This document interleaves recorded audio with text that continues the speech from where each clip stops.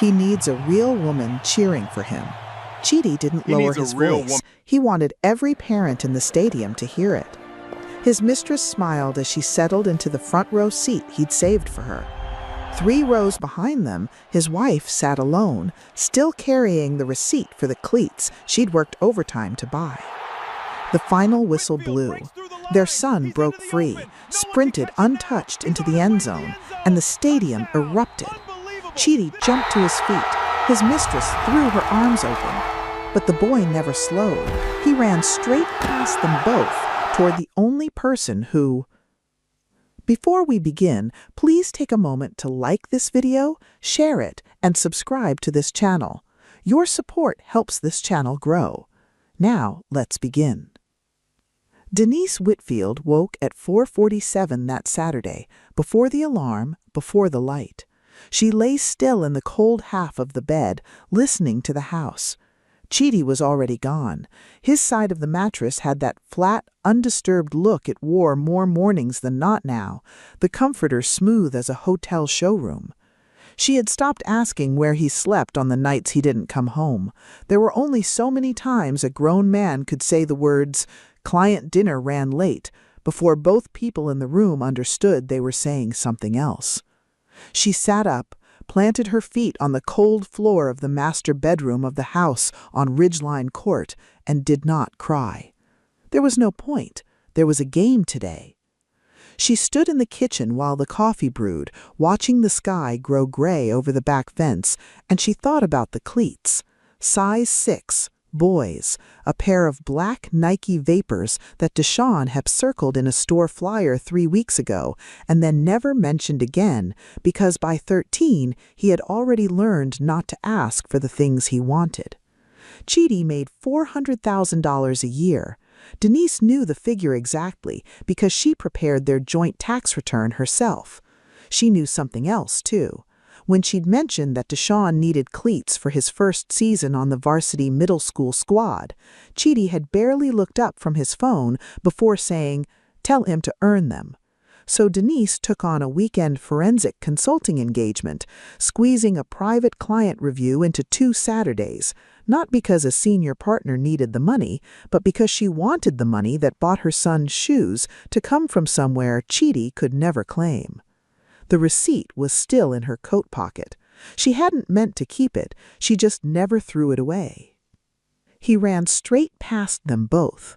That was the thing nobody in the front row could explain afterward. But that came later. On the far side of the city, months earlier, the story had a different shape, and to understand the boy's feat, you first have to understand his mother's silence. From the outside, the Whitfields looked like the family in the brochure. Chidi Whitfield was a regional sales director for a medical device company, a big man with a bigger laugh, the kind of man who remembered the name of every valet and tipped the bartender before he ordered. He drove a graphite G-Wagon he washed himself on Sundays. He wore Tom Ford and smelled of cedar and money. At the company Christmas party each December, he stood with his arm around Denise's waist and told the story of how they met. She'd been the sharpest analyst in a due diligence meeting, he liked to say, and he'd spent the whole afternoon trying to make her laugh and failing. People loved that story. People loved Chidi. He had a gift for being loved by rooms of people who did not know him. Denise knew him. That was the difference, and it was the thing that had rotted slowly over 16 years of marriage. The way a house settles. You don't hear the beam crack. You only notice one day that a door won't close the way it used to. Noticing small things was her livelihood. Before she made partner, she had built her name untangling clean-looking companies that were quietly bleeding, the ones whose statements balanced right up until the week they collapsed. She had learned that the truth of a thing lives not in what it announces, but in what it quietly refuses to explain. So when the American Express statement showed a charge from a boutique hotel in the Arts District, a Tuesday Chidi had sworn he'd spend in Charlotte, she didn't confront him. She filed it away. His phone, which used to lie face up on the nightstand, began sleeping face down. She filed that, too. Then the passcode changed, and a month later changed again. One odd thing is nothing. Two might be coincidence, but she had spent a career learning exactly the weight of a third, and she was giving her husband the same patience she gave a client's books she badly hoped were clean. The crack she couldn't explain away came on a Thursday in the kitchen. Chidi was on a call, pacing near the pantry, and he laughed, a soft, private laugh she had not heard directed at her in a very long time. And he said into the phone, "You know I'll take care of it, baby. I always do." Then he saw her in the doorway, and his face performed a small, fast miracle. The warmth vanished and was replaced in under a second by the neutral pleasantness of a man discussing a shipping delay. "Logistics," he said, tapping the phone against his palm. "These vendors, I swear." Denise nodded and asked if he wanted the salmon or the chicken. But something in her had gone very cold and very clear, the way a room goes quiet before you understand you've heard glass break somewhere in the house. Something was wrong. She was sure of it now. What Denise did next, she did the way she did everything, quietly, in her own time, without once tipping her hand.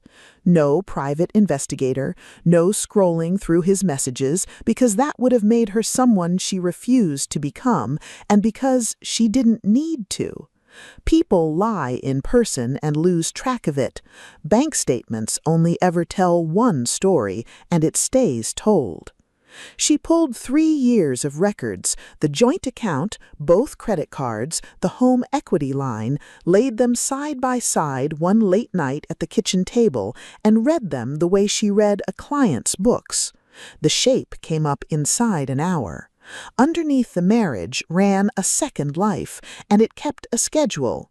Flowers on the 14th of most months, Osteria Luca in the Arts District, 3 courses for 2, never lunch, every 10 days or so, a jeweler twice, then a third time, and an $1,800 draw to a property management company coded office supplemental that matched no office on any lease the firm actually held. What she felt wasn't what she'd braced for. She had expected rage. What came instead was a cold, level steadiness, the calm of a surgeon who has finally found the mass on the scan and no longer has to pretend the patient is merely tired. A girlfriend didn't surprise her. Men like Chidi often had one. What turned the cold in her chest into something harder was that recurring rent. $1,800 a month for 11 straight months wasn't an affair. It was a second household. As she matched the payments to the equity draws, the truth settled in. He had been paying for that life with money borrowed against Ridgeline Court, the home where their son slept, the home she helped buy with the bonus she earned the year she made partner. The woman's name was Simone Allard. Denise learned it the way she learned most things, indirectly, by pulling the LLC filing for the property management company and following the paperwork until a lease application surfaced with a name and an occupation. Simone Allard, 29, self-described entrepreneur, whose Instagram, public, careless, radiant, was a scroll of the Arts District restaurant, the graphite photographed from the passenger seat, a hand with a new tennis bracelet resting on a white tablecloth, captioned, "When he knows your worth." She looked at that photograph for a long time. The bracelet was from Halloran and Fine on Prescott Avenue. She recognized the box. She recognized it because 6 months earlier, Chidi had told her the second mortgage draw was to consolidate the cars. Simone was not a villain in a movie. Denise made herself see that clearly, because seeing clearly was the only weapon she trusted. Simone was a young woman who had been told convincingly by a charming man with a G-Wagon and a black card that she was worth a life she had not been able to buy for herself, and she had believed him because he was very good at being believed. She posted about high-value energy and knowing what you deserve. She almost certainly believed Chidi was separated or miserable or trapped with a cold wife who didn't appreciate him, because that is the story men like Chidi tell, and it is always the same story. Simone wanted security. She wanted status. She wanted, underneath the hashtags, to be chosen. None of that made her innocent. All of it made her human. And Denise, who had spent her career watching people justify the unjustifiable, understood that the most dangerous people are rarely the wicked ones. They are the ones who have talked themselves into deserving it. She kept working. She was in no hurry. That was the thing Chidi, in all his years of underestimating her, had never grasped. Denise Whitfield was not a woman who reacted. She was a woman who prepared. Meanwhile, Chidi was having the best year of his life, and he had constructed a story in which he was the hero of it. In his own mind, and this is the part that mattered, the part that made him something worse than a simple cheat, Chidi was not a bad man. He was a man who had been overlooked. He'd married Denise when they were both hungry, two ambitious kids from the same tired neighborhood, and he had loved her fiercely then, loved the way she was smarter than the whole room and let him be the one who talked. But somewhere across 16 years, the balance had, in his private telling, tipped against him. She'd made partner. She'd out-earned him 3 years running. She'd stopped laughing at the version of himself he liked best. And Simone looked at him the way Denise used to, before Denise learned exactly who he was. A man is entitled to feel like a man, Chidi told himself. He decided Denise had gone cold, that she cared more for her work than for him, that the house was really his because he was the one who needed it to be. And he promised himself he'd set everything right later, once the dust settled. Men like Chidi are forever about to set everything right later. It's the small toll they pay to go on believing they're decent. He had no idea what his wife did for a living, not really. He knew she was an accountant in the way he knew the ocean was water.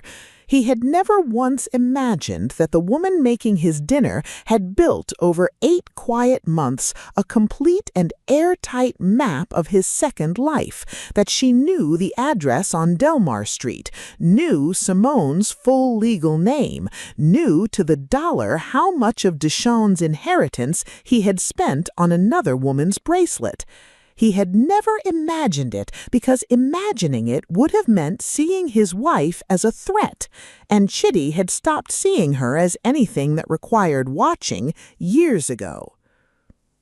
By the time the spring came, Denise had everything, and having everything, she did the thing that was hardest for a woman who felt what she felt. She waited. She did not want a screaming match in a kitchen. That was Chidi's arena. He was loud, he was charming, he could talk his way out of a locked room. Corner him in private, and he'd weep and swear and promise to make it right, and she'd spend another 12 months learning that nothing had actually changed. No, what Denise wanted was not revenge in the small sense. What she wanted was for the story Chidi told about himself to become impossible for him to keep telling. She wanted the truth to arrive in a place he could not spin, in front of people whose opinion he could not survive losing, at a moment he chose to make cruel, so that the cruelty and the exposure would be the same event, and no one, not even Chidi, would ever be able to separate them. She did not have to wait long. Chidi handed her the moment himself. Deshawn made the varsity squad. This was not a small thing. He was 13, small for his grade, and he had wanted this the way boys want the one thing that will finally make them feel unmistakable. And when the roster went up with his name on it, he had come home and hugged his mother so hard she had to pretend the wetness on her cheek was from laughing. His first game was the season opener at Kellerman Field, the big turf stadium the district shared, under real lights with real bleachers that held 400 people. It was, for Deshawn, the most important day of his life. Chitty decided to make it about himself. 2 nights before the game, in the kitchen, he said casually, testing, that he thought he might bring a friend from work to see Deshawn play. Denise, who by then had learned to hold her face very still, asked which friend. Chitty said her name was Simone. He said it lightly, watching her, and Denise understood exactly what was happening. He was not confessing. He was auditioning the lie in public. If Denise objected, he would have his grievance. See how controlling she is? I can't even bring a colleague. And if she didn't, he would have his permission. He was building, brick by brick, the world in which bringing his mistress to his son's game was a normal thing a normal man was allowed to do. Denise said, "That's fine," and she watched something flicker across her husband's face that she would remember for the rest of her life. Not guilt, but disappointment, the small sourness of a man who had wanted a fight and been denied. He had wanted her to make it ugly so he wouldn't have to feel the ugliness was his. She would not give him that. She had a better use for the ugliness. She was going to hand it all back to him at once in front of everyone on the one afternoon he had chosen to steal from his own child. The morning of the game, Denise dressed carefully, not to impress, to be seen clearly. She wore a charcoal suit, tailored, the one she wore to close difficult deals, and flat shoes because she intended to be standing when it happened. She put the receipt for the cleats in her coat pocket. She had kept it, she now understood, for exactly this. And beside it, in a slim leather folder, she put 3 other pages. They were only copies. Her attorney already held certified duplicates of every statement, lease, and invoice, secured in the case file weeks earlier, so nothing that happened in the bleachers could make a single document disappear. She did not bring the lawyer himself. He was already retained, already briefed, already sitting on a petition drafted and ready to file. She brought only what she needed. She kissed Deshawn on the top of his head, told him she would be in the stands, and drove him to Kellerman Field with the radio low. And when he said, nervous, "What if Dad doesn't come?" she said, "Your dad will be there. You just play your game." She meant it. She needed Chitty there. Everything depended on it. Kellerman Field filled fast. Denise took a seat 3 rows up on the home side, near the aisle, folder in her lap, and she watched the gate. At 11:15, Chitty arrived, and he did not arrive alone. Simone came in beside him in a white cashmere coat that cost more than the cleats on Deshawn's feet, laughing at something, her hand looped through Chitty's arm, and Chitty walked her to the front row like a man escorting a queen to her box. He saw Denise. He held her eyes for a moment, and then, and this was the thing, this was the moment the whole cold winter had been building toward, he leaned toward the parents in the front row, the ones from the Booster Club who knew the Whitfields, who had eaten at their table, and he said, loud so it carried, "He needs a real woman cheering for him." The words landed in the small bright morning like a stone dropped in a still pond. A few of the front row parents laughed uncertain. One woman, Carla Briggs, who ran the concession stand and had known Denise for 6 years, turned around and found Denise's face in the crowd and went pale.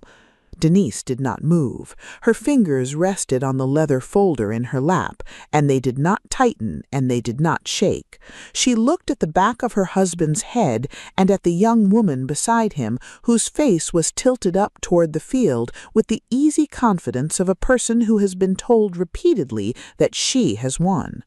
Simone had no idea who Denise was. That was the part that would matter.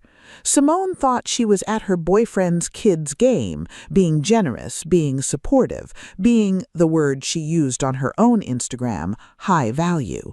She had never once been shown a photograph of the wife. Chidi had made sure of that. He had kept the two women in two sealed rooms, and now, foolish with confidence, he had put them in the same stadium, and he had done it because he could not imagine either of them being anything other than what he needed her to be. The game began. Denise barely watched it. She watched the field only when number 22, small and quick, touched the ball. Deshawn played the first half with the desperate hunger of a boy who knows both his parents are in the stands and does not yet know why one of them keeps her eyes on him and the other keeps glancing at his phone. At halftime, the score was tied. Denise saw Chidi lean in and murmur something to Simone, and Simone laughed and put her manicured hand on his knee, and 3 rows back a booster club father named Greg looked from the mistress to the wife and understood and looked away, embarrassed to be a witness. The stands were beginning to know. That was fine. Denise had always intended for the stands to know. Here is the thing about Deshawn that Chidi had never bothered to learn, because learning it would have required him to be present for the small, unspectacular hours of his son's life. Deshawn knew. Not the details, not the address on Delmar Street, not the bracelet, not the second mortgage, but children read the spaces between things better than anyone, and Deshawn had spent 2 years watching his father's warmth arrive on a schedule and his mother's tiredness arrive without one. He knew who came to the recitals. He knew who stayed up when he had a fever. He knew whose name was on the receipt in the coat pocket because he had been in the store 3 weeks ago when his mother pretended the shoes were on sale so he wouldn't feel the weight of them. Deshawn was 13. He was no longer confused. He was only, that afternoon, waiting for a chance to say so where his father would have to see it. The fourth quarter. 2 minutes left, the score tied, the ball on Deshawn's 40. Later, people who were there would tell it different ways, but they all agreed on the shape of it. The snap, the handoff, the seam that opened for half a second, the way seams do maybe once a season, and then a small boy in the black Nike Vapors his mother had given up 2 Saturdays to buy, running into open field with nobody left to catch him. 60 yards. The stadium came up off the bleachers as one animal. Chidi was on his feet, screaming his son's name. Simone, caught up in it, delighted, threw her arms wide and shouted, "Go, baby, go!" as if the boy were partly hers, as if she'd earned a piece of this too. Deshawn crossed the goal line. The whole stadium erupted. And then the boy turned. He did not spike the ball. He did not point to the sky. He ripped his helmet off, his face sweaty and shining as it searched the bleachers, searched past his father's open arms, past the woman in the white coat still reaching for him, until it found the one steady point in the whole roaring stadium, and he ran. He ran up the sideline and past the front row and past Chidi close enough to touch, and Chidi's arms stayed open 1 beat too long, closing on nothing. The boy took the bleacher steps 2 at a time and threw himself into the arms of the woman in the charcoal suit who had finally risen from her seat. "Mom, Mom, did you see it? Did you see?" Denise held her son. Over the top of his sweaty head, she looked, for the first time all day, directly at her husband.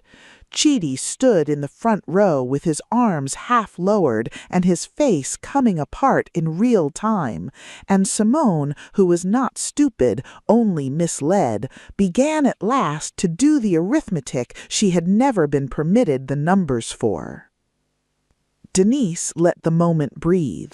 She let Deshawn babble the whole play into her shoulder, let the stadium settle back into the ordinary noise of a game ending, let Chidi climb the 3 rows toward her with his face working, and only when he was close enough that this would be between them, and yet still, importantly, in earshot of the front row he had chosen as his audience, did she speak. She did not raise her voice. She had promised herself she would not, and she didn't. "You said he needs a real woman cheering for him," Denise said. She glanced down at her son, then back up at Chidi. "He picked one." Chidi opened his mouth. Denise reached into her coat pocket and took out the receipt for the cleats, creased, a little soft from being carried, and she held it out to him, not with anger, almost gently, the way you hand someone something they dropped. "These are the shoes he scored in," she said. "You told him to earn them. I did. $41. She let that sit. Then, from the slim leather folder, she drew the other 3 pages and held those out too, and now her voice dropped even lower, so that Chidi had to lean in so that only he and the nearest witnesses would catch it. "This is the lease on the house on Delmar Street," she said. "This is the $1,800 a month you've been paying with money borrowed against your own son's home for the last 11 months. And this," she said, laying the 3rd page on top, "is the invoice from Halloran and Fine, the tennis bracelet, $4,200. She posted a picture of it. She captioned it, 'When he knows your worth.'" Denise looked past Chidi to Simone, and there was no cruelty in her eyes, which somehow made it worse. "Now you know what he thinks you're worth. A $4,200 bracelet paid for with his son's future. I hope it was worth it." Simone made a sound that was not quite a word. She looked at Chidi, and the look was the whole story, the moment a person understands that the man who told her she was everything had, the entire time, a wife 3 rows back and a son who would not run to her. Chidi reached for Simone's arm, and Simone stepped away from Chidi, out of the front row, into the aisle, her white coat suddenly the most conspicuous thing in the stadium, and she walked out of Kellerman Field alone, past the concession stand where Carla Briggs stood very still, and she did not look back because there was nothing behind her she wanted to see. Chidi turned to his wife. His hands, the hands that had washed the G-Wagon on Sundays, that had held her at Christmas parties, that had signed the second mortgage, hung open and empty at his sides. "Denise," he said, and his voice cracked on the second syllable. "Denise, we can... let me..." But there was no sentence there. There had never been a sentence there. He had always meant to set it right later, and later had arrived, in the stands, in the daylight, in front of everyone, and it looked nothing like setting anything right. It was an accounting, read out in his wife's level voice, every figure true, and he stood on the wrong side of the total. Denise did not answer him. She had said the only sentence that mattered.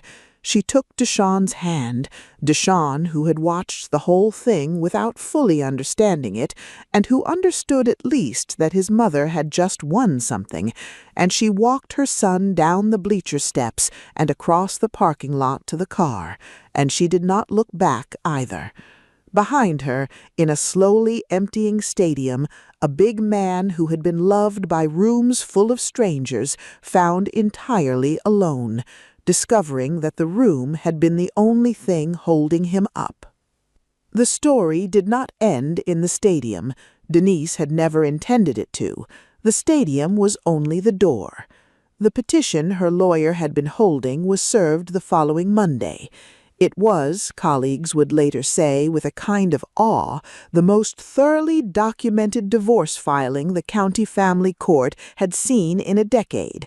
Every diverted dollar traced, every draw against the home equity line itemized, the second household's expenses laid out in a schedule so clean the opposing counsel reportedly set it down after 10 minutes and told Chidi, privately, to settle. He had dissipated marital assets, a great deal of them, and provably, to fund a relationship he had concealed. Denise had built the case 8 months before Chidi knew there was a case. There was nothing to argue. There was only the number at the bottom, and it was very large, and it was owed to her. Chidi's year, the best year of his life, ended in the space of a season. Word of what had happened at Kellerman Field moved through the district the way such words move, through concession stands and group chats and the low murmur of parents at pickup, and Chidi, who had lived his whole life on the goodwill of rooms, found the rooms had cooled. The Booster Club dinners stopped including him. At work, the story reached the wife of a regional VP, and while no one ever said the word aloud, Chidi's next performance review contained a phrase about reputational alignment with company values, and the promotion he'd been promised went to a younger man who had not brought his mistress to a middle school football game. He kept the G-Wagon. He lost nearly everything the G-Wagon had been meant to signify. He moved eventually into the house on Delmar Street, the only property, in the end, that the settlement left in his name, the little stage he had built for a life that no longer had a second actor in it. He rattled around in it alone. There is a particular justice, quiet and complete, in a man being sentenced to live exactly the lie he built. Simone did not fare as badly, because she had less to lose and, in the end, less to answer for. She kept the bracelet. Denise never asked for it back. It wasn't worth the postage, she said, and meant it. Simone deleted the photographs and moved to a different city and became, one assumes, someone slightly warier of men with black cards and ready compliments.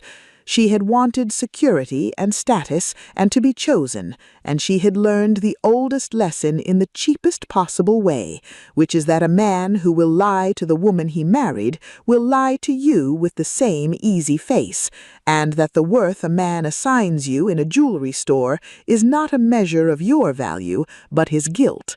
It is not the worst thing to learn that at 29. Many people never learn it at all. There was one night, in the middle of it all, that no one saw. After the game and before the filing, after Deshawn was asleep, Denise sat on the floor of the walk-in closet with the door closed and the light off, in the small, dark space that still smelled faintly of the cedar and the money, and she cried the way she had not let herself cry in 3 years.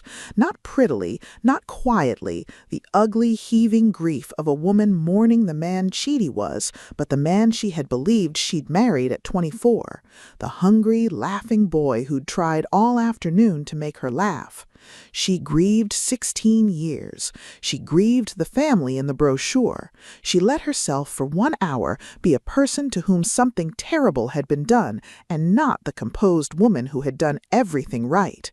And then, near 2 in the morning, she wiped her face with the heel of her hand, and she stood up, and she opened the door, and she went to check on her son, who slept with the black cleats on the floor beside his bed where he could see them. She was not made of stone. She had only decided a long time ago where the stone would need to be and for how long, and she had been right. A year later, Denise Whitfield made managing partner. The firm threw a dinner, and she gave a short speech that mentioned no one by name, and everyone understood anyway, and she wore the charcoal suit because it had become, privately, a kind of armor she was fond of. She and Deshawn had moved, not far, a good school district, a house that was smaller than Ridgeline Court and warmer than it had ever been. Deshawn was 14 now and taller, and he still played, and Denise still took the occasional weekend engagement, though she no longer needed to because the receipts had stopped mattering the way they once did. There was money now that no one could touch, and more than the money, there was quiet. The specific, expensive quiet of a house where no one is pretending anything. On an ordinary Saturday that fall, Denise sat in the stands at another game, 3 rows up, near the aisle, out of habit. The lights were on, the turf was green. Somewhere down on the field, number 22, taller now, was warming up. And when he found her in the bleachers, he lifted one hand, and she lifted hers, and that was the whole conversation, and it was enough. She did not have her folder, she did not have her receipts. She sat with her hands loose in her lap and the cold evening on her face, a woman who had been underestimated by the one man who should have known better, and who had answered him not with a scream, but with a document and a son's own 2 feet. And she watched her boy play, and she was, at last, completely and unremarkably at peace. If you enjoyed this story, don't just watch and leave. Like this video, share it with friends and family, and most importantly, subscribe to this channel for more powerful and interesting stories. Bye. See you in the next one.